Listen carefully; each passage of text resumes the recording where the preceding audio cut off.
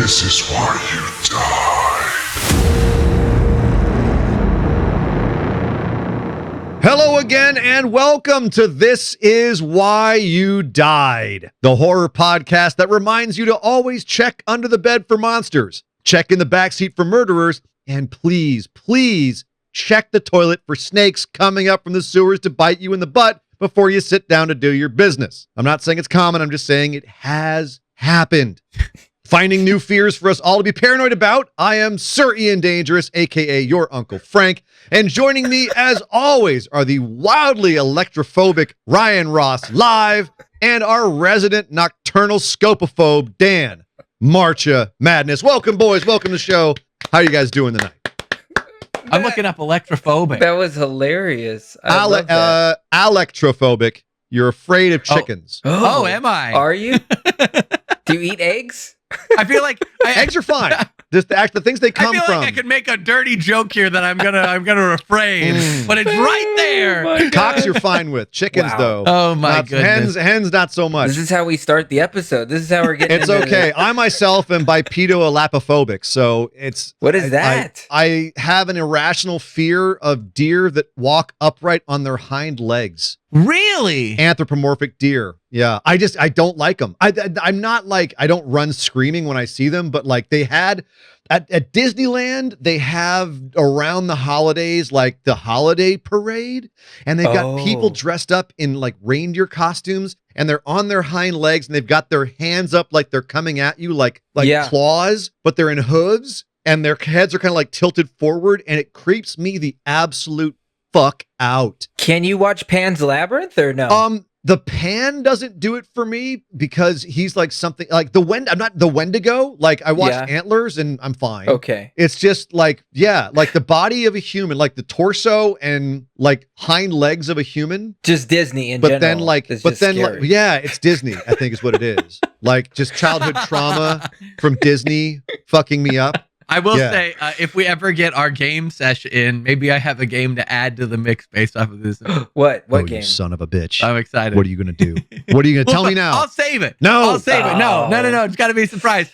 We'll keep Dead by Daylight as the one you guys expected. We'll keep the other one as a twist. Well, how are you doing, boys? Welcome to the show. What's new with you guys? Any stories to tell before we get into our episode here? Okay, I got something. I have something very interesting, and it has to do with this. I will have to post a photo of this, but this is my daughter's fake smartphone that I got her. Both of them have it. This isn't the one that I'm going to be talking about. With a giant, like enormous pink case on it with like a, what is that, a My Little Pony? Yeah, unicorn. With a unicorn. Unicorn. Yeah, it's a unicorn. It's a unicorn head. Like a decapitated unicorn head. I on will the top. say the fact that we have toy smartphones for children is it essentially it does everything that my iPhone does except call or like text.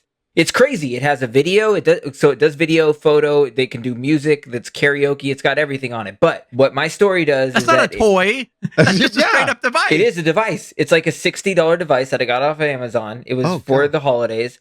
And so let me paint the picture. I'm in my office and I'm editing or I'm cleaning up something, and I hear my daughter watching on her phone a past video, and it sounds like someone is being murdered on it. I was like, what is that sound? And even my wife was like, what was that? So we grabbed it. She's like trying not to show us the phone. We're like, what? Okay, so we're like, no, let's watch this. She's video. your daughter, all right. So we click more. on this video, and I kid you not, this is probably one of the scariest found footage clips I've ever seen. And I'm gonna have to get this off the phone and watch it. But so we hit play. And so it is my youngest daughter's phone. And so my oldest daughter has taken the phone and is borrowing it. And that has upset my youngest daughter.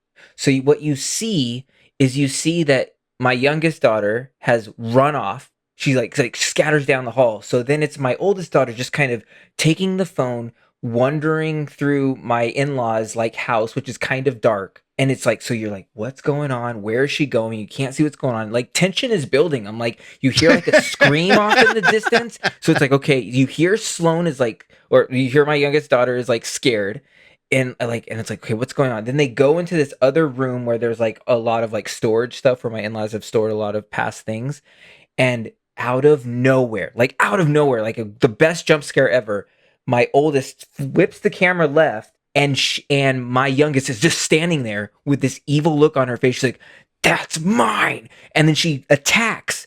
And you don't see anything, but she attacks my oldest daughter. So you hear, "No!" And it sounds like screaming bloody murder. And it's like, you don't hear it. So your imagination is like, what the hell is going on?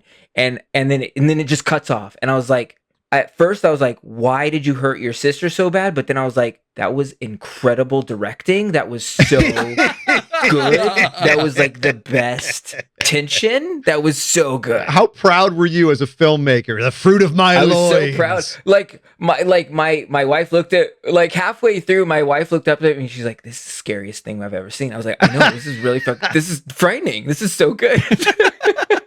I'm so proud of them. That's awesome, dude. So it was, but yeah, it's good. I'm gonna have to find the clip so I can send it to you. But it is frightening. It's so frightening. Weird question. Have you seen Skinamarink yet? I tried to watch parts of it. I think my daughters could probably do a better job. But yeah, I get what's going on. Like, I get what he's trying to do there. Yeah, I mean, he went all the way through. He went to the extreme, like somewhere of like making like ASMR horror filmmaking kind of thing, but like somewhere between the two. Yeah. You know, like what if it was Skinamarink, but the kids had the camera the entire time?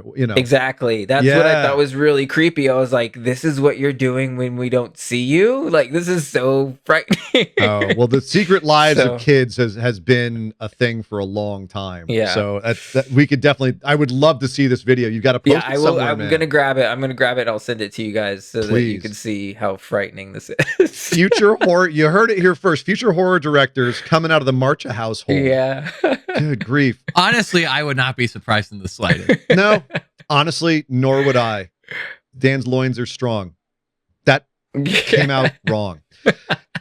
But ladies and gentlemen, we are a horror podcast. We do review movies here, and they're movies with strong loins. Strong loins. We are a strong loined podcast. And we take horror movies, we pick prompts at random out of our buckets, and then we choose movies based on those prompts. We make each other watch, and then we come back here and we talk about them with you. And this week, the man with the plan is our very own RyanRossLIVE. You are the one who has chosen the prompt. You are the one that has chosen the movie. Would you like to tell everyone, what did you pick, please? Well, thank you for the intro, Ian. So our prompt. My pleasure. Our prompt this week, I chose Trinket from my bucket of doom. Yeah, Avengers bucket of doom. And my Avengers bucket of doom. And so I mentioned this a little bit in the last episode. I originally wanted to go like a cursed object, like a cursed jewelry, and I realized, ironically, that's more of like a fantasy trope than it is a horror trope. There's not very many like cursed item type, other than like Ouija boards and stuff, which I didn't feel like were very trinkety. And the only one that I could find fairly recent, and even just from the little bit I viewed it, it was like a not popular and generally bad movie that maybe we'll circle back to someday. But then I kind of expanded Trinket to like, what if I had like decorative tchotchke type trinkety things? And that's how I got to the most recent movie, or not one the most recent one we've done on the podcast, but a recent movie called The Monkey. The Monkey! Featuring a toy tchotchke-ish monkey that plays the snare drum and brings with it death and destruction. Yes. The Monkey. The Monkey. The Monkey. I love it, man. 2025's The Monkey, Osgood Perkins director. Very much a success coming out of this year. It was a successful film. Just got out of theatrical release. You can just now start to rent it. And a great choice, Ryan, I gotta say, before we even get into talking about it. Fantastic choice. Not expected at all. I had wanted to see this and had not made it to theaters to see it. And Dan, I believe you hadn't seen it either, right? I hadn't seen it either. I've been dying to see it. Dying to see it. Yeah. I was so surprised that you guys hadn't seen this, to be honest. Like, it's pretty rare that like both of you haven't seen a movie at all, but also the fact that I picked one that neither of you has seen is wild. I think because it's so brand new. Like that's where it's at. Like it's because it was still, it's still in theaters at that time too. That you were choosing it, but you guys were excited about it. Yeah, and so I was surprised that neither of you had seen it. Just hadn't gotten a chance to. I mean, I have a confession to make. I still haven't seen the movie I was most excited for last year. I was excited to watch it in theaters. I work in a building that is full of posters of it. I know the one of the floors in my building is literally the entire production company of this movie, and I still haven't seen it. And that's Nosferatu. And I'm I so haven't seen it mad. either. I'm so mad I haven't seen it yet, but I'm waiting for like the right time and the right environment. I love David Eggers, like The Witch is one of my favorite movies. What the fuck? But no, I haven't seen The Monkey. I'm sorry, Ryan. Laura let you down. But I've seen it now. We've all seen it now. We're coming I back. mean, it's cool. I'm it is. excited that we great. all got to experience it together. It is, yeah. Yeah. That's a cool thing. Yay, we got one on the podcast that we all haven't seen. It's brand new, so that means probably a lot of our listeners haven't seen it either. If you haven't seen it and you don't want to be spoiled, now is your time to escape and go watch The Monkey and then come back and listen to the show. Bam, bam, bam. Spoiler warning. Spoiler Big time. warning. Big time. Here on out for The Monkey. All the spoilers about this movie. Brief synopsis of The Monkey. I mean, there's a toy monkey. When it bangs its drum, people die. That's the movie. But it's It's a pretty cursed object, I'd say. It's a fucking cursed object. It's one of the most cursed objects I think ever in horror movies. Like, it's fucking cursed. Yeah. But it is owned by one particular family. It's a father at first who owns it, played by Adam Scott in a little cameo in the intro. So good. He's so good in that opening. Mwah. Adam Scott. Mwah. Chef's kiss. Mwah. Oh, I didn't realize he was the dad. He was Yeah. the dad. He's so good. I understand. He passes it on to his twin boys, one of whom is kind of a dick, one of whom is kind of a little nerd, and they have problems with it when their childhood. It kills a bunch of people, including their mom. And then when they grow up, the monkey comes back. They got rid of it in their childhood, but it comes back With the vengeance. and starts killing again. And so the movie continues. It's what's shocking to me, and I knew this before going in, and I don't know if you knew this, boys. It's a comedy. I'd only heard that it was like leaning towards comedy. That Osgood Perkins was like leaning into the comedy on this one. So but I didn't know how or why. But that's just so I knew to expect it, but I didn't know it was this funny. I didn't know anything other than the fact that there's a monkey and people die, and that people had said it was good. Yeah. All of which were true.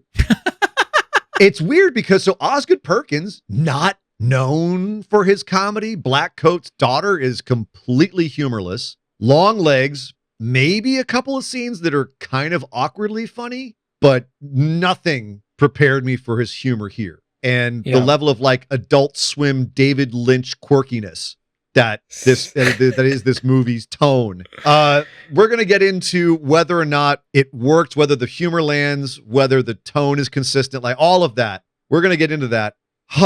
But first and foremost, boys, there's a lot. The Monkey's got a lot going on. First and foremost, I do want to give it a little bit more of an intro. It is based on a Stephen King short story from the 70s. I mean, it was in Night Shift, one of his first collections of short stories. I want to say off the top of my head, 1978.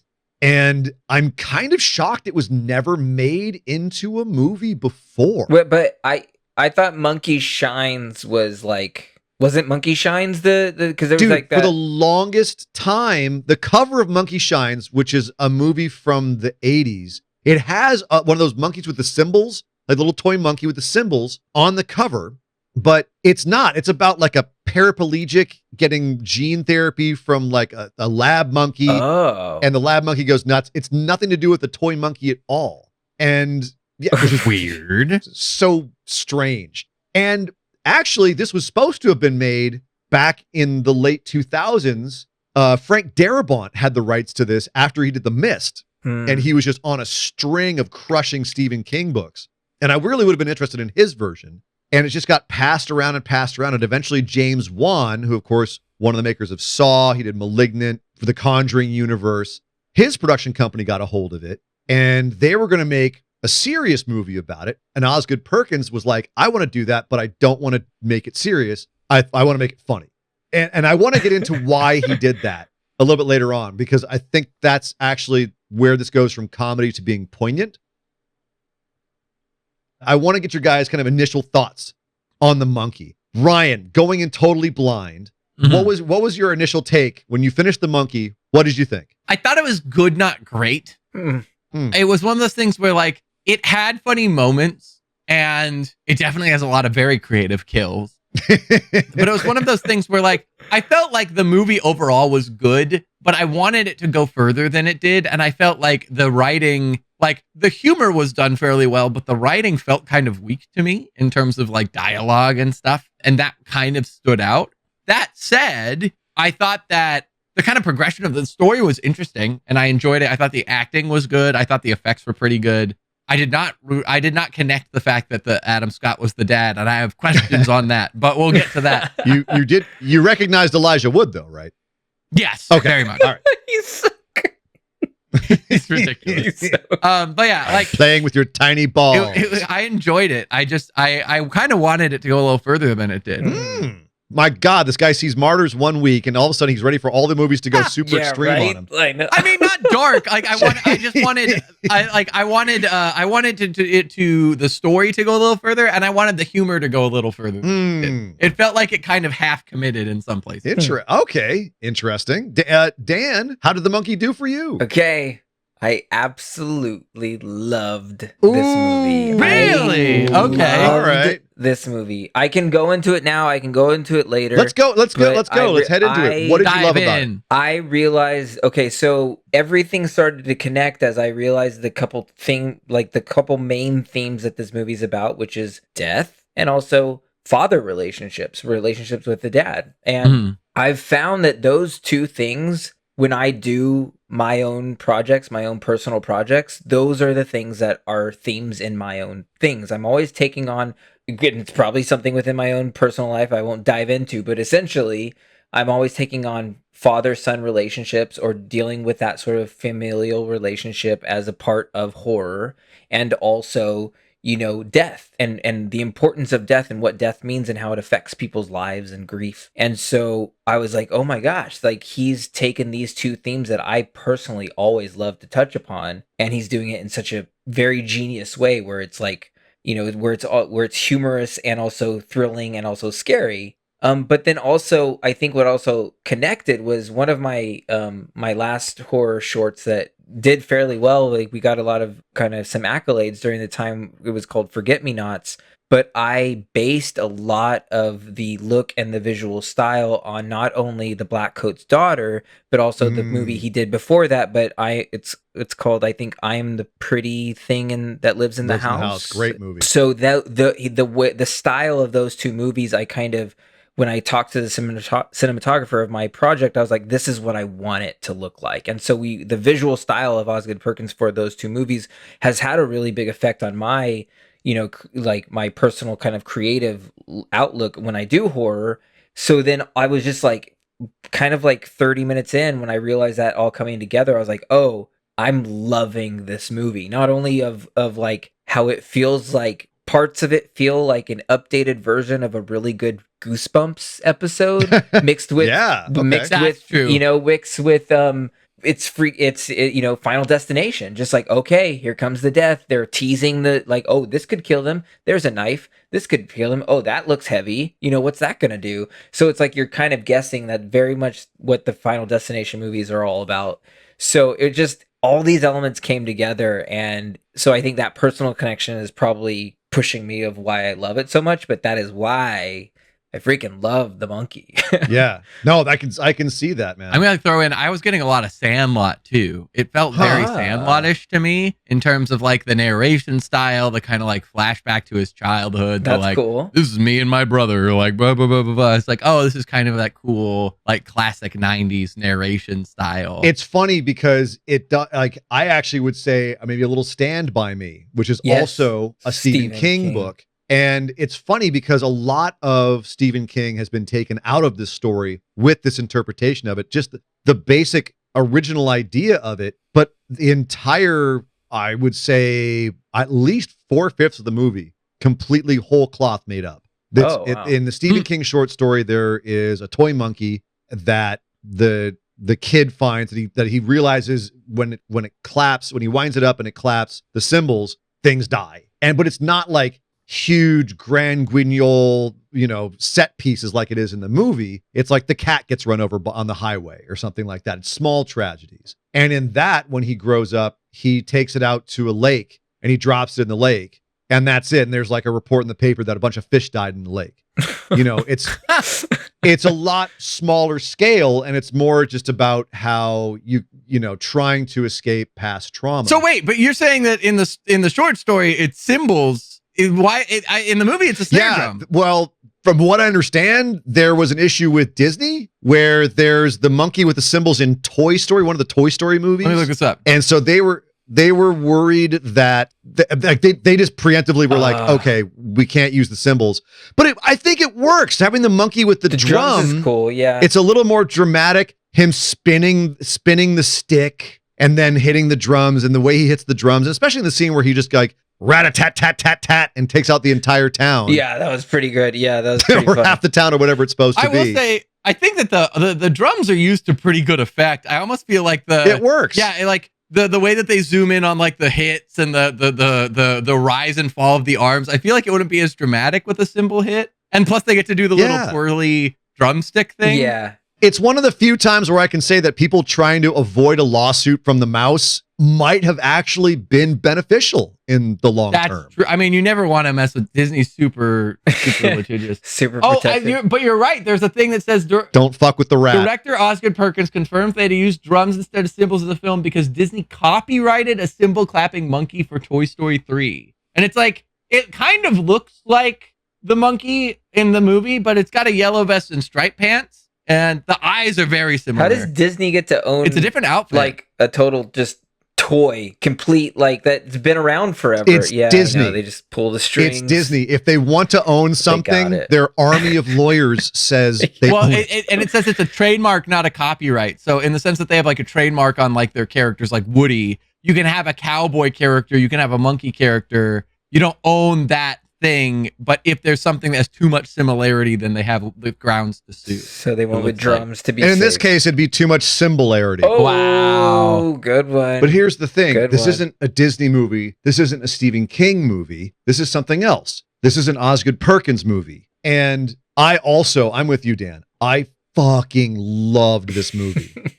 I was head over heels for this movie. The comedy didn't always land for me. This kind of comedy doesn't always really tickle my pickle, but for a lot of times, it absolutely, like I laughed out loud quite a few times in this movie. It's pitch black humor. It is such dark black humor, and I love that shit. Yeah. But the thing that took me from being like, okay, this is a fun little movie, and took me over the edge was two things.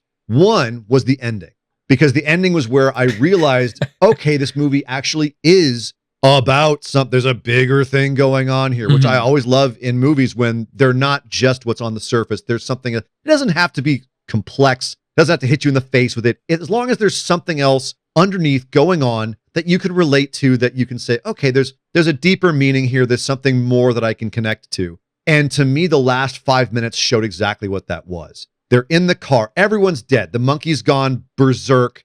You know, his twin brother has turned out to be a serial killer who's worshiping the monkey, worshiping death, if you will. And he's tried to kill everyone. He's tried to kill his brother with the monkey and has instead killed everyone around them. The good nerdy brother and his estranged son are driving away in the car, and the monkey's sitting in the back seat. And he's spent his entire life trying to avoid it, trying to avoid anyone around him. And he turns to his son as his son says, "What do we do with it?" And he says, "We own it. We hold it close. We keep it with us. We make sure it's within our possession. We're going to own it." And as soon as he does that, they come up to a stoplight, and they're sitting at the stoplight, and who crosses their path but Death on a pale horse? I assume that's who it's supposed to be. And he barely acknowledges them and rides off. And then that's when the dad gets the idea to turn to the son and say, "Let's go dancing." Something that he did with his mom, right? And it was the happiest day of his life when he was dancing with his mom. "Let's go dancing."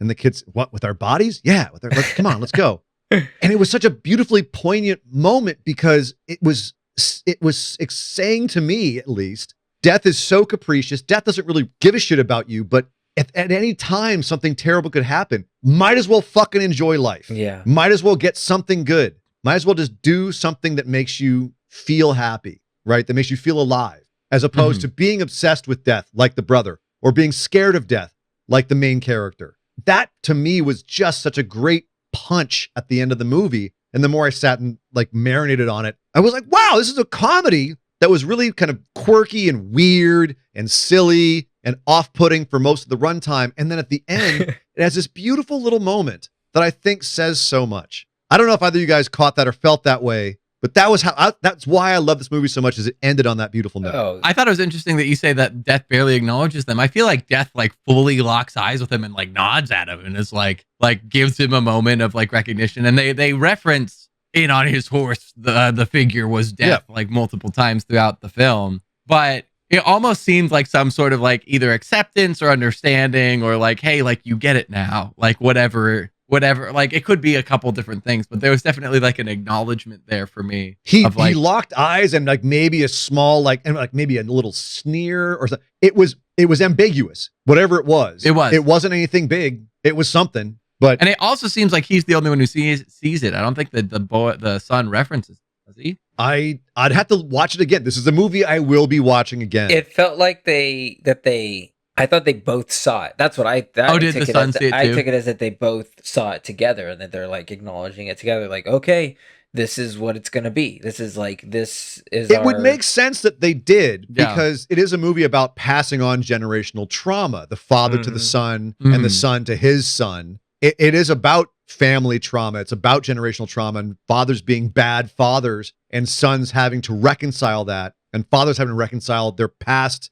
of not being good fathers. So that also, I think, feeds into that moment as well, is that reconciliation. How do you break the cycle? How do you break that cycle? And any movie to me that tackles that, so I would say elegantly in this way, to me, definitely gets some credit for that. It gets some points in my book. It's fun to watch. I don't know. I mean, like you're watching death just kind of, but it was just so creative. I had fun. Ryan, did you have fun with the monkey? I thought the monkey was. I thought all the deaths were entertaining. I thought they were wild. I thought that like. What was your favorite death? What was your most entertaining death? I think the sale signpost of just a freeze frame. So like good. there were some really creative ones, but like the freeze frame of her running out of the house and slamming into that sign was just so silly and comedic that I was like, okay, like I gotta give that one. By the way, shout out to that actress, Sarah Levy, daughter of Eugene Levy. Oh, really? Yep. Yeah. Wow. A lot of like. Why do I know that name? Eugene Levy. I know the name. He was Schitt's Creek, American Pie. He was the dad. Oh, okay. He's an actor. Yes. Actor. Yeah. Yeah. A lot of like actor relatives in this movie. It's funny when you kind of go down the list. But that being said, yeah, that was a really fun one. Some of the ones that they ratchet up the tension on them for like minutes and like, okay, I know we're leading to a death. And then when it happens, it's just so big and ridiculous that even though you know it's coming, it's still like, oh God. Yeah. Well, they keep ramping them up. They too. dial it up on you. They just turn the screws. I've heard this movie was a really awesome movie to watch in theaters, and I believe it. Can you imagine seeing this movie with a hooting and hollering crowd? It would be hilarious. So much fun, yeah. Here comes the body. Ah! Everyone starts cheering. Like, there's so many. They're bringing it out. There's so many. I could almost hear a crowd going nuts at the scene where he's on the phone next to the pool, and the woman takes off her bathrobe, and she's this beautiful woman in this small bikini, and he's like, "What the fuck?" Like, he's such a straight man to all the ridiculous shit going on around him. Yeah, like what's going on? And we see the air conditioner starting to fall off the roof, and she goes to dive in the pool, and he realizes, later than we do. Oh no, she's going to jump in this electrified pool. Oh no! And as she evaporates, just everywhere. Her leg hits him. Which is such a wild death. He goes, "That's not how that works." Was that a leg? I was hearing a crowd. That's not how electricity works. It's not how wasps work either, Ryan. But still. But still, someone swallowed a whole hive. They don't crawl out of people's faces. Oh God, that death was incredible. The bees and the flying through is insane. By the way, poor Rowan Campbell. That last time we saw him was in Halloween Kills, I think. Halloween, the third one of the latest trilogy. That was him. Yes, he was the new Michael Myers in that piece of crap movie. Yeah, not good. But poor guy. Back with one of the worst wigs ever in movie history. One of my favorites, the realtor who's half flirting with him and is like, "You're very pretty," and whatever. And then like they open the door, the gun goes off, and then inside the closet is the little sign that says, and I'm gonna put them. Normally, I think we steal pretty clear politics on this show, but I'm gonna put this one in there. Is the guns don't kill people, people kill people, and the gun falls out of the closet and just blasts. Oh, I don't know that actress either. So Tess good. Goldenstein or Tess Degenstein, excuse so me. good. Tess Degenstein. Oh, I've never heard so of her before. good. She was phenomenal. What a weird, like Tim Burton kind of character she was too. Yeah. Oh, I thought so it was good. hilarious. I thought there was so much to it, so many details. And Dan, you mentioned his style, Osgood Perkins' way of shooting. And Yeah. Ryan, I believe this is probably the first movie that you've seen of his. But I believe so. But what did you think about the cinematography? What did you think about like the look of the movie? Because I will tell you right now, I love his look in his movies. I like the shot composition a lot. I really like the way that he uses the camera. I think I'm not a huge fan of the way that he color graded stuff, but I think that partially is just kind of the fact that he was kind of going for like a 90s-ish feel. But there was like some weird color stuff that I like. It felt a little, I guess part of it is the fact that like the monkey's meant to be kind of circus vaudevillian. And so like there is kind of a little bit of that kind of like neon circusy vibe to it that I think was probably intentional, but it was a little bit too noticeable for me, I think. But like I think the cinematography in this movie is really good. I think the acting's pretty solid throughout. The main actor, actually, I will say he's not a Franco, but the entire movie I was like, he looks like a Franco to me. Looks like a Franco. Like he's very Franco-ish. Yeah. Alan Franco or something like that. Yeah. And honestly, like I was really impressed with the kid who played the twins too. So they have one actor. Theo James plays the grown-up twins, and Christian Convery plays the young twins. Oh. Wait, the kids were one person? The kids were one actor. No. That's incredible. That's wild. That's good. I didn't know that. I thought they were actually twins. It's funny because as an adult, I at first I didn't feel like they were different enough of characters. I didn't feel like Theo James really differentiated them enough. But god damn, after a few minutes, you could really tell the difference between the two brothers. And he made Bill, I guess, the evil brother. Mm-hmm. He made him so I loved his portrayal of him. He was bananas. It was so much fun. He felt like a kids movie villain at times. Yes. Of like, I put on my own little child suit. I'm playing with this toy. It was his suit was half of his funeral suit, and he had like his old like shitty 90s skater fire shirt that we all had back in the 90s cut into the bottom half. The Guy Fieri shirt. Oh my god. That was so funny. This is, again, a wild pull for a horror podcast, but have either of you guys seen Meet the Robinson? Heard of it. I don't think I've watched it. The animated movie. Yes. The animated Disney movie. Yes. So the villain in that movie has a very similar vibe to this guy, where it's like, as a kid, he's miserable, and he like, as an adult, like dedicates himself to like getting revenge for his transgressions as like a kid. And he's got like he's got these very small clothes that he has grown out of, and he's like this big, like lanky man. And I was like, this is straight up Goobian from like Meet the Robinsons. Like this is so a hilarious, like almost child movie villain, but with this like, I'm going to kill everyone and I'm going to wear a tuxedo to the funerals. Yeah. I've been waiting for it to return. I see it, man. Did anybody get what was the I think it was the second movie we watched? Dial Evil 800. 976 Evil. I got some 976 Evil vibes in those scenes, because even though it was 90s, it felt 80s at points, and like the colors and the way he was acting and the way he felt like he had like death had changed him felt very similar to kind of that vibe that was in that movie. So it's funny you say that, because that actually brings me to my big criticism of this film. And even though, I was just kind of jumping on the I love how it looks bandwagon, and I love how he films stuff and all of that,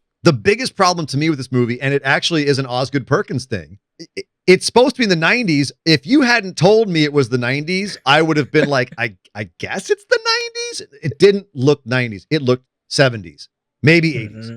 It didn't look like now. It looked like 70s, maybe the 80s. Osgood Perkins shoots everything like it's the 70s, maybe the 80s. Long legs look like the 70s, maybe the 80s. You know, like a little bit of both of those. He doesn't shoot modern well. He doesn't shoot like era specific very well. I think it actually would have been fine if he'd taken the time card out entirely and just had the movie start with the kids and then just said 25 years later or whatever it was and gone to the second part. Have it be a little bit of a movie out of time. You don't have to stick it in the 90s, you know, do it whenever. And I think that would have made it stronger for me as opposed to me trying to like grasp to see 90s things or be like, that's not the 90s, when I would see something that, as someone who lived through them, was definitely not 90s. I will say, I will give him that the aunt and uncle's furniture and their living room, that felt super 90s to me. Like, I was like, I have been in this living room. I have family who had furniture just like that in kind of like Midwestern America. But I will also say on the flip side, the aunt and uncle straight up looked like they were grooving out of the 70s. So, which I think his idea was they were stuck in the 70s, in the 90s. But the problem is that's a lot to stuff into that. You know who played the uncle? Osgood Perkins, the director. Oh, the weird uncle, Swinger. He was that's Osgood Perkins himself. And that actually that brings me to something else here. And that is Osgood Perkins himself and his personal relationship to this movie. And I think this might actually bring another level to this for you guys, just to chew on. So one of the reasons why he wanted to make this a comedy was because he himself has somewhat of a personal relationship with capricious deaths. He is the son of Anthony Perkins. Mm-hmm. He was Norman Bates in Psycho and had a very tragic death in 1992 from AIDS. And he had been hiding his homosexuality, and he'd even been running from it his whole career and his whole life. He had been ostracized from the studio system. They were going to make him the next big thing. And then one of the producers found out that he was gay, thought he was flaunting it too much and cut him out of it. And he was worried about, he was getting typecast. And when he finally got AIDS, he wanted to hide it. And Osgood who was 18 at the time, had a very close relationship with I don't know, close relationship with his dad, but he was very close to his dad as he died. And his dad related a lot of what he was going through. And he had to watch his dad die from what at the time was a death sentence disease that you didn't get if you were a quote unquote normal person. And so that was a crazy thing. And his dad died on September 12th, 1992. And 9 years, almost to the day later, his mother died. Oh. And his mother was Barry Berenson, who was an actress and a model. She died on September 11th, 2001. She was in the first plane that crashed into the World Trade Center.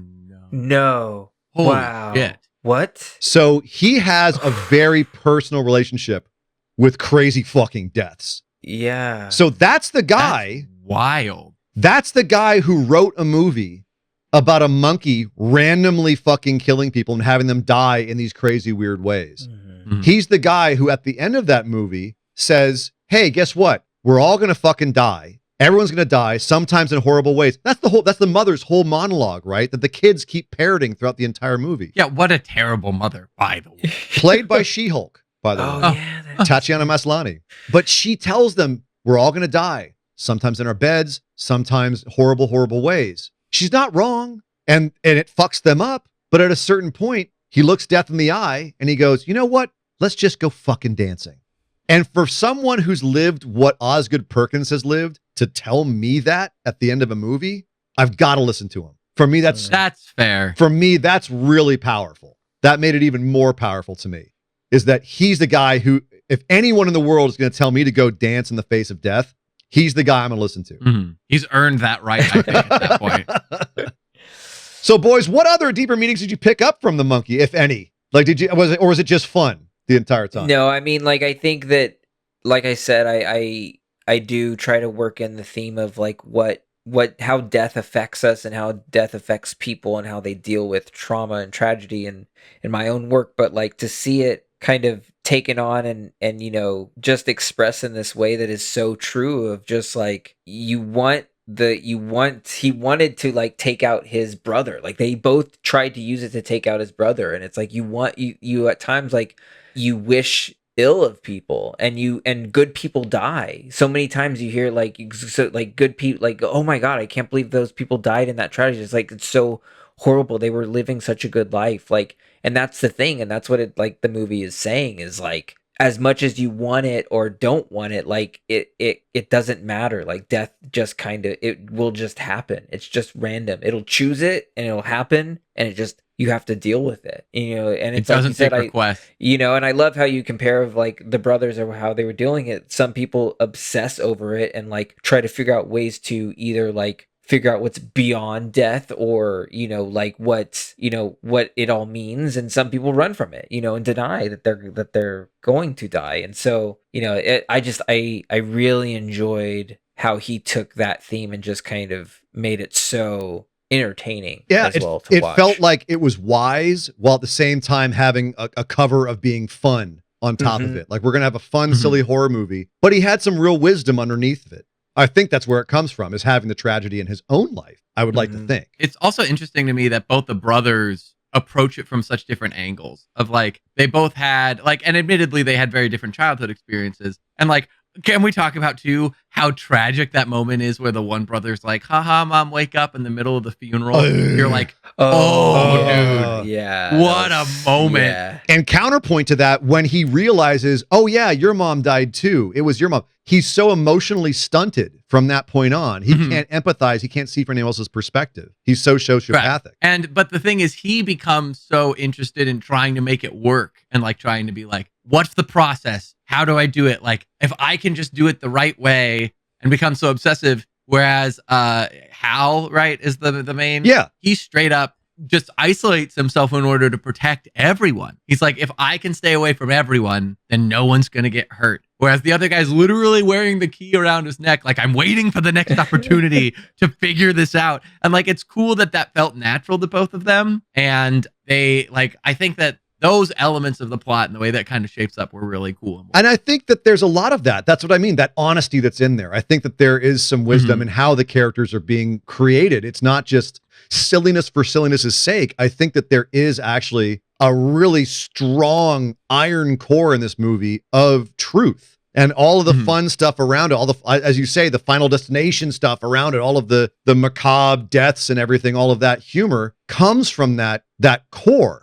And it actually, for me, it makes the black humor even funnier because it's on top of that core of actual real knowledge of the stuff that we're of death, of that darkness that we're talking about in this movie. So I really appreciate the real father-son moments. Yeah. Of, all the road trippy, like almost goofy movie level, like, all right, Dad.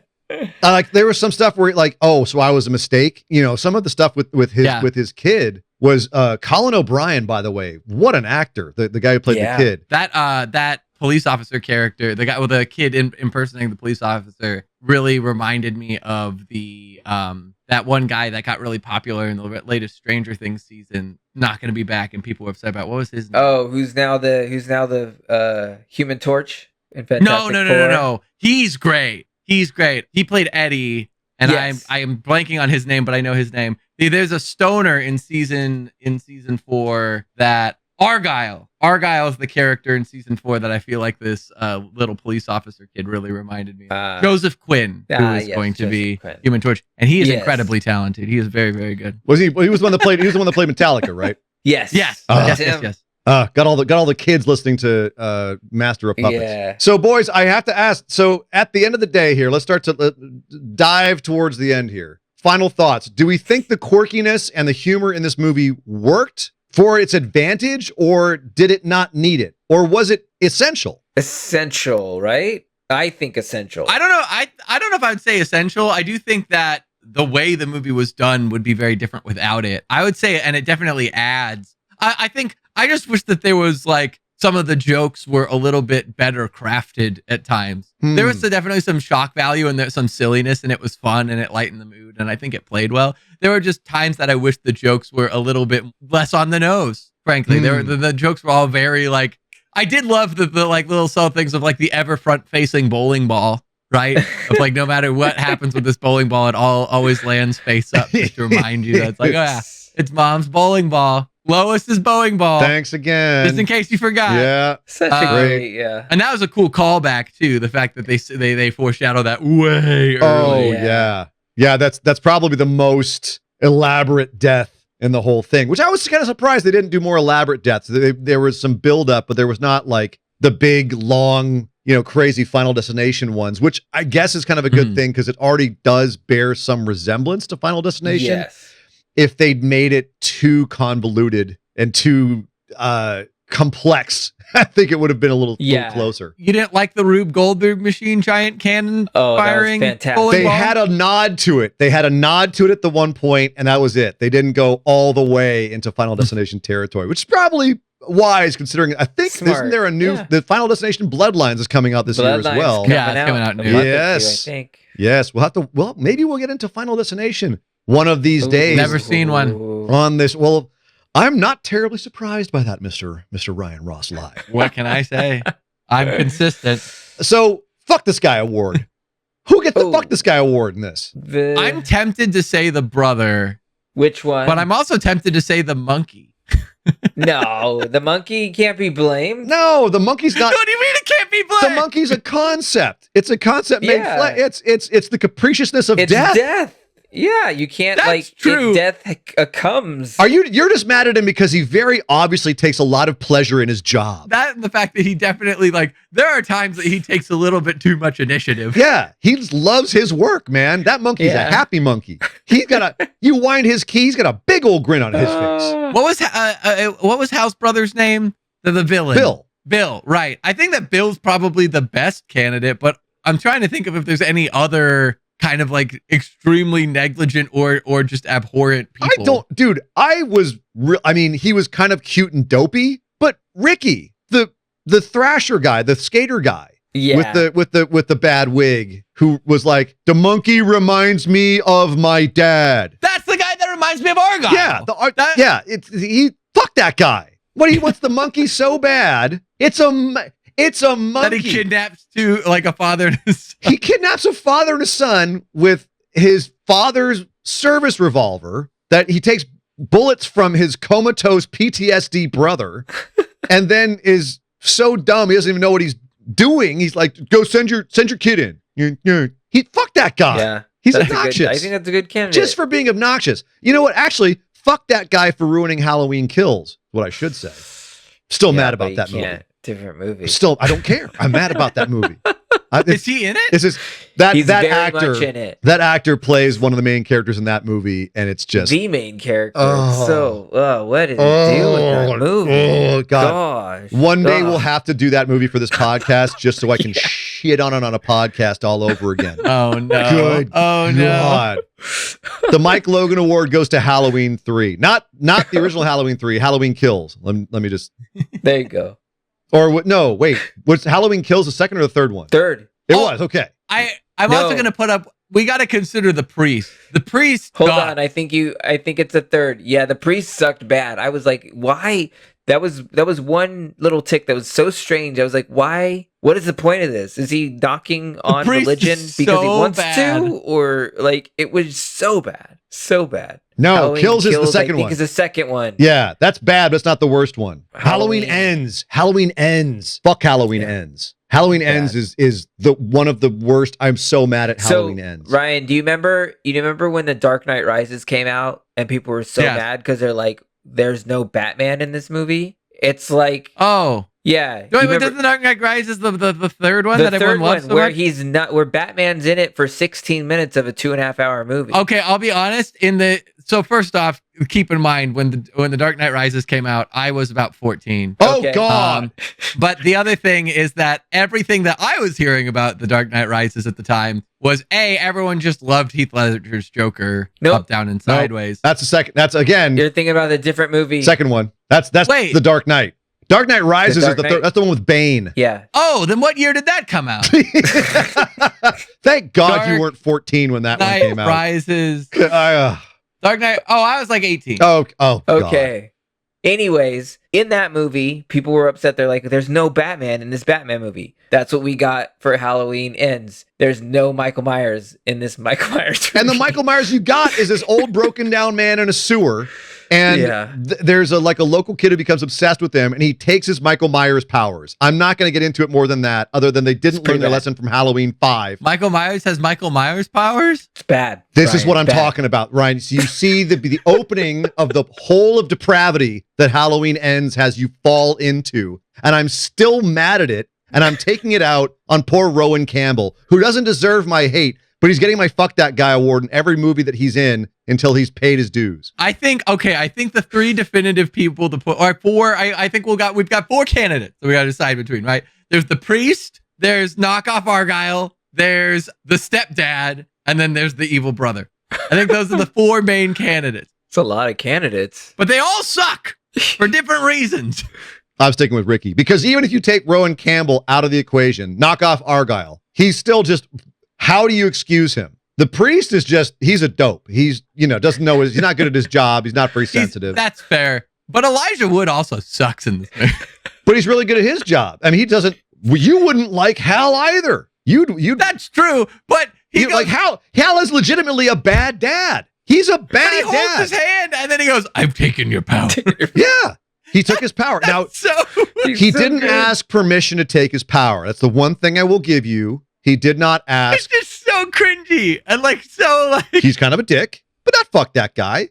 He threw the ring into the fires of Mount Doom. He's always going to get a pass for that, even if he does become. Are different movies. Did you notice? We have to keep it grounded to this movie. Did you notice that when we first get introduced to Hal older, when he's at the checkout stand, that he's reading Elijah Wood's book? Oh, I did not see that. That's hilarious, actually. Yeah.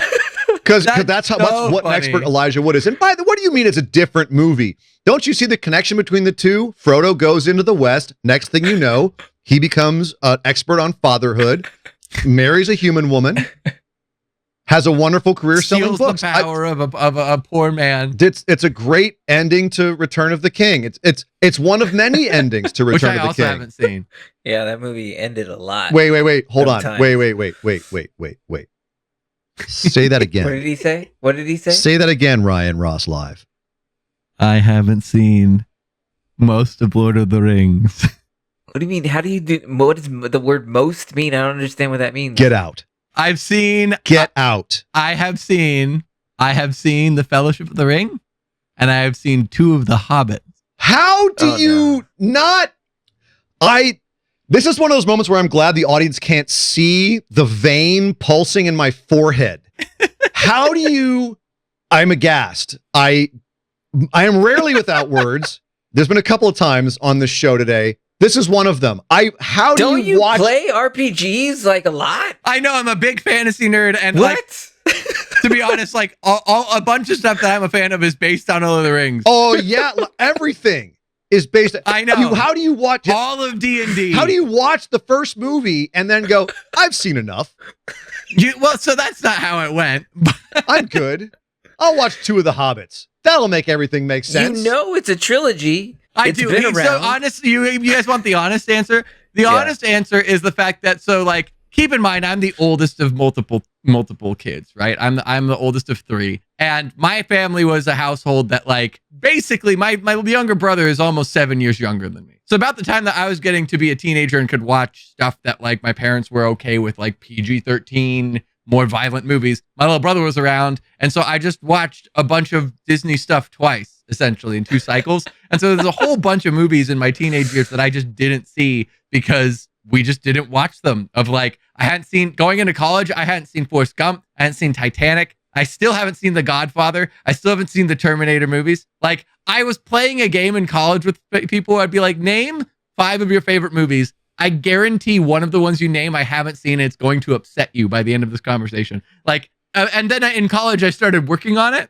Lord of the Rings is in a unique position of so many people who are upset by it that the constant response is, "Oh my God, we need to watch Lord of the Rings. We'll set up a time. We'll watch Lord of the Rings." And I go, "Great, let's do it." And then A, people don't follow through, but B, now I'm stuck because if I go watch it, everyone's mad at me that I didn't watch it with them. But none of them are taking any initiative to do it. So now I'm stuck.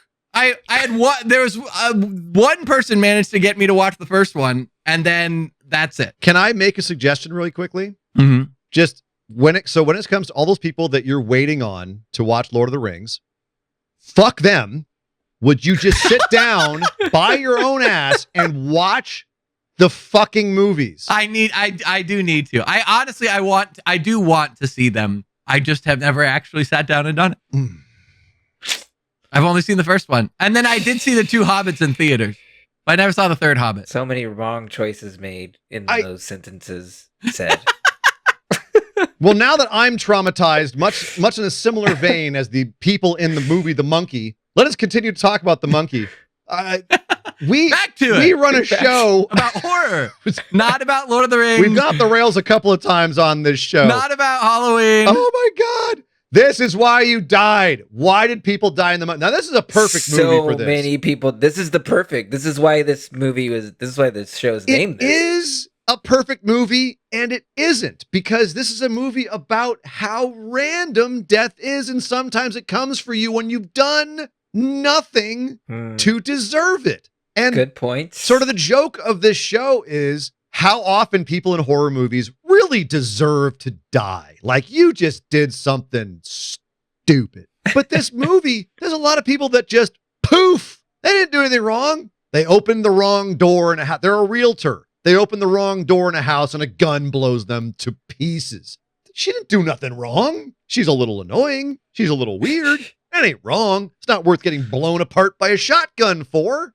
So I don't know what do we do in this movie? I've got 2, but I don't want to steal someone else's. So I'll give That's not the game here. The game is every man for himself. RyanRossLIVE. Go for it, Ryan. You said it. Go for it. You got it. Tell us why someone died. So the babysitter sat so close to the hibachi artist that he, with his full bladed knife, was able to swing across her neck from across the table. The hibachi table needed to be further back, and she needed to not be sitting so damn close. She had such a hard-on for this hibachi chef. And so did he. Yeah, he made her a little pulsing heart of rice. It was very sweet. But he wasn't paying attention how close that blade was. Well, he was too busy thinking about her giving him head. Yeah.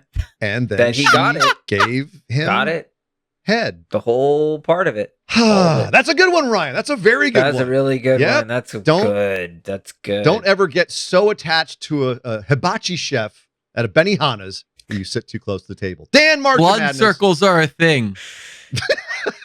Dan Marcha Madness. Tell us why someone died. This is tough. You're right, because that was a good one. Let's just have fun with it. You don't need to play Tommy Boy and go swimming at a random motel at midnight. You don't need to do that. You don't need to jump in the pool. That was a little. It's raining. I imagine it's Maine, so I imagine it's cold. And she's like, "Let me get out my Florida bikini and just jump in the pool." And jump in the pool. Like, I mean, at a mysterious, creepy motel. Yeah, I was a fan, but at the same time, I can see how that's wildly illogical for her to do. It didn't make sense. I don't know. She was a little leggy for me. Little leg. Oh, not anymore. She's not. Got it. Leggy to the end, you could say. To the very end. For me, I'm just going to have to go right to the beginning of the movie and the pawn shop guy. Right at the top. Adam Scott brings you a monkey. Dude, don't mock the monkey. Don't mock a man's monkey. A man is bringing you a monkey. Do not mock his monkey. That's what, and you know what? You even warned him. Yeah, he warned him, don't mock the monkey. But he mocked the monkey, and you mock a monkey enough times, the monkey's going to mock you right back with a harpoon in the stomach. That was a good death. That was a good opening. That was a brutal, that was fun. Brutal opening. I'll throw in the bonus of, since nobody took the second one, the cheerleaders at the very end. On the opposite end. Don't stick your head out a window. Don't stick your head out a window when there's a truck coming, dude. The trucks make noise and they're large. You can see it. I laughed so hard. You can see it coming. You know, and that truck, it had to have been driving pretty quickly because it came all the way from California where it hit a drone in fall. Oh, right. I mean, all the way to Maine. That's true. The angriest semi. Cross country shipment. Yeah. All these Amazon Prime overnighters. I bet that's the same truck that just got out of Pet Cemetery too. Oof. You're bringing it all in. It's Stephen King. Everything is connected. This is an episode of other movies. We're like, we watched The Monkey, but also... Hey, The Monkey has a lot of relativity to other movies. I'm happy to bring them in. It's a lot of fun. Let's rate The Monkey. Let's get back onto The Monkey itself. I can't wait to rate it. Scully Award time. Ryan, this was your choice. You called The Monkey. What Scully Award rating do you give to Osgood Perkins 2025, The Monkey? Honestly, I don't know if I've ever repeated a score It doesn't look like I have. Was that your Well, I intention? think I'm gonna- Are you trying to I'm going to give it a 6.75 because I No. haven't done. I'm saying I've repeated scores like in the sense that like I've done scores that I've done before. I'm saying I don't think I've ever had 2 episodes in a row Back and to I've given the same score up until Oh. this one. I think that the movie's fun, it's entertaining, and I enjoyed it. And I think that overall it's a pretty brisk, fun little horror movie. I do think that some of the jokes could have gone farther. The cinematography and acting were pluses, and the story was pretty good. And there were elements of like the narration and stuff that I really liked. There were some very funny deaths. I thought that there were some very kind of like, there was moments of bad writing or jokes that just didn't land. And I wish that the comedy just kind of hit better throughout.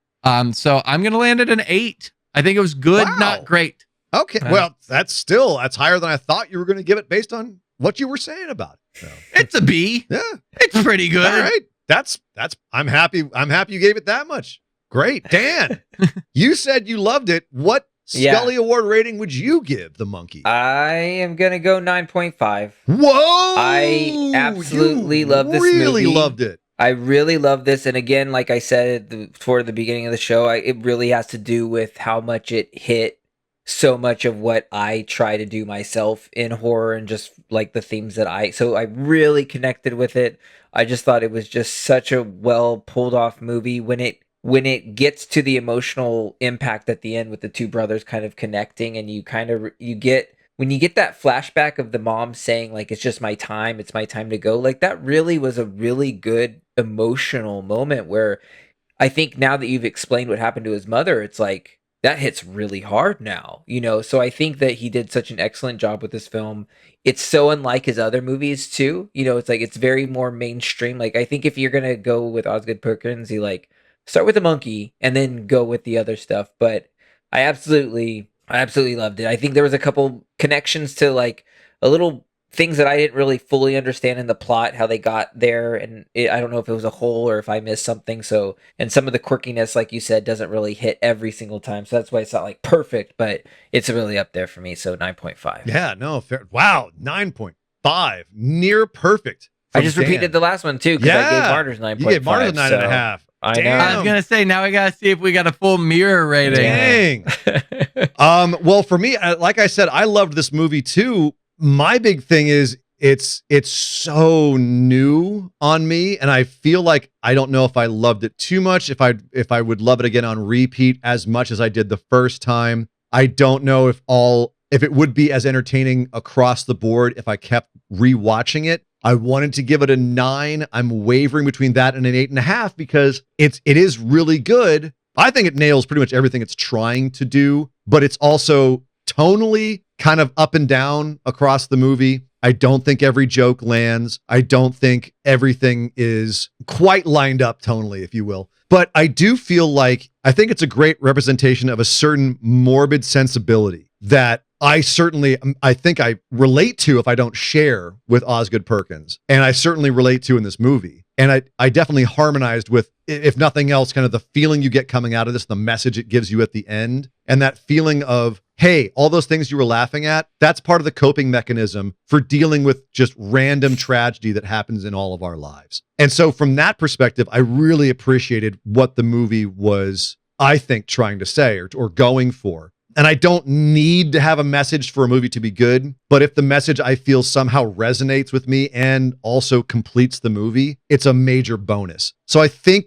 now just talking about it, I'm going to actually go higher and go for the 9 for The Monkey. Really loved it. Had a great time with it. Love Osgood Perkins and can't wait to see what he does next.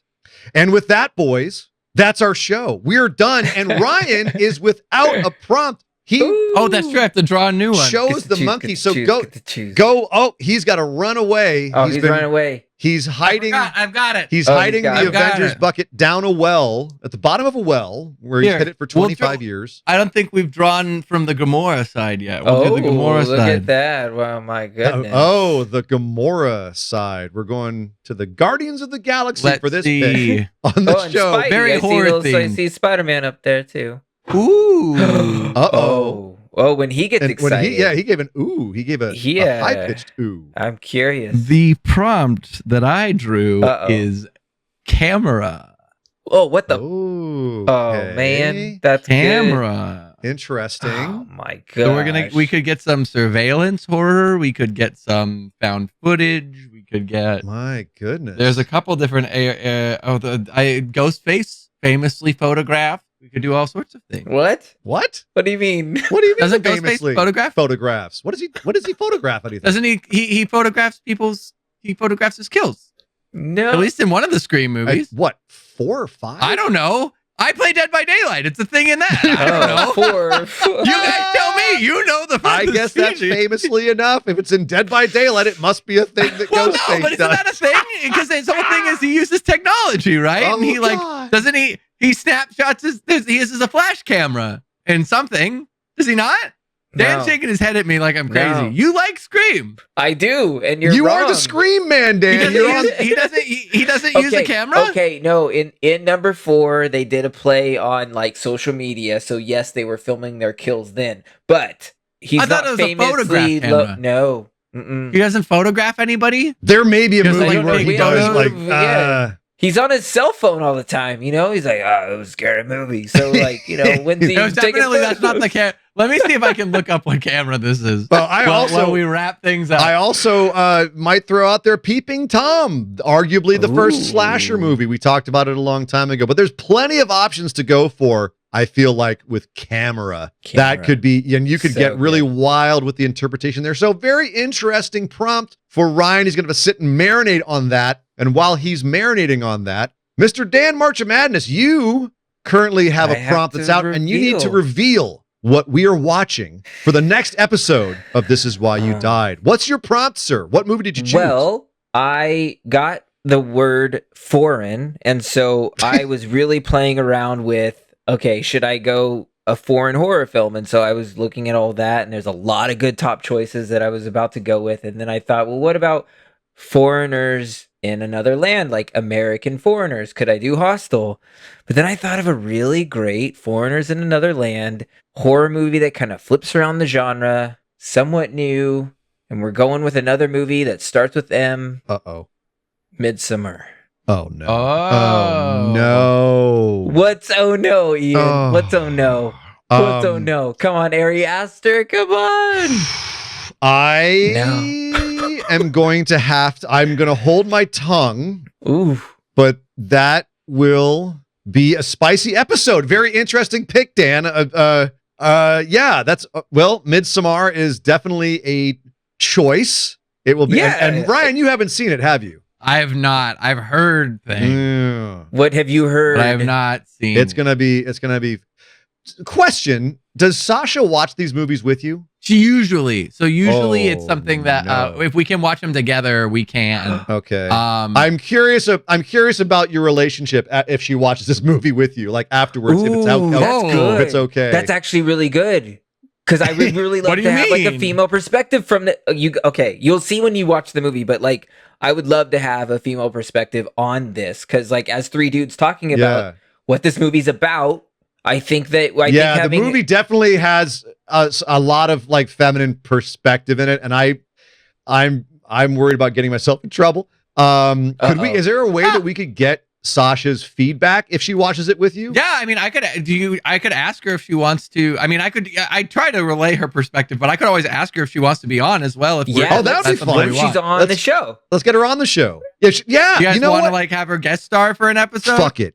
We've got the equipment. I already know that But you're gonna hate this movie. if I bring my perspective to the show, and I would love to have a female perspective on the show. If Sasha would like to be on the show, ladies and gentlemen, we may have our first ever guest host on This Is Why You Died. Fingers crossed. We'll see. We'll leave it up in the air, and it'll be a surprise when we come in next time. If it's just the 3 of us, then we'll talk about Midsommar and maybe get in trouble. in a couple weeks. Maybe we will have a guest host on This Is Why You Died next time for Midsommar. That's I exciting. will definitely ask. I'll have to see. And also, Thank you. For the record, I looked up the Ghostface camera. It's from Danny Johnson, also known as Jed Olson, has a camera that's called Philly. It says What are these words you're saying? What? Danny Johnson, also known as the pseudonym Jed Olson, is a narcissistic freelance newspaper journalist from the town of Roseville. Oh, that's and Ghostface steals his camera. You guys tell me. What? Jed Olsen. I know. I just don't know these names. I don't know. These aren't things that are like popping into my memory of like the Scream world. Yeah, this version is Danny Johnson. Danny Johnson. Who's Danny? Or is this an original? Hold on, is this an original Dead by Daylight thing? I feel like This might be an original. This might be original Dead by Daylight thing. Yeah, I don't know if this is from Scream. He might be his canon. own. That He would might be explain his it. own. It is. Oh, it is. It's not anywhere else on the Scream page. It's a. I apologize. I made a reference that made no sense. I feel way better because I was racking my brains. I'm like, I think I remember something like this where there was a reporter in one of the Scream movies and Ghostface maybe took his camera. This explains so much. It's apparently unique. Okay. My bad. All right. Feel way better. Okay. Now, I feel better too. hey man, I'm fully open to being stumped. I would, but I'm like, Ghostface famously taking photos. It's this one instance. My bad. Oh my goodness. All right, ladies and gentlemen, it's been a chaotic episode. We've been all over the place talking about Osgood Perkins, the monkey from this year, 2025. If you haven't seen it and you just listened to our show, highly recommend it. Go check it out. Even though we spoiled the shit out of it for you, go check out The Monkey. It is a good movie. We all agree. Great one. Good. Fun to watch. And the opposite of what we're going to watch next time, Midsommar. Not a good time at the movies. Would you, hey, I'm sorry. Is it a feel-good movie in your household, Dan Marcha It's not Madness? a feel-good movie, but there's so much to enjoy about this. Come on. The cinematography alone. Something that we're going to debate next time. This is going to be fun. I feel like we're going to really, this is going to be good. We're putting out the bait right now. We're going to reel them in with the tension that's coming from the Midsommar episode. So ladies and gentlemen, thank you so much for joining us on this episode where we talked about The Monkey. Please come back and see us next time. We'll be discussing Midsommar. We enjoy your presence. We thank you for listening. Be safe out there, and we will catch you next time right here on This is why you die.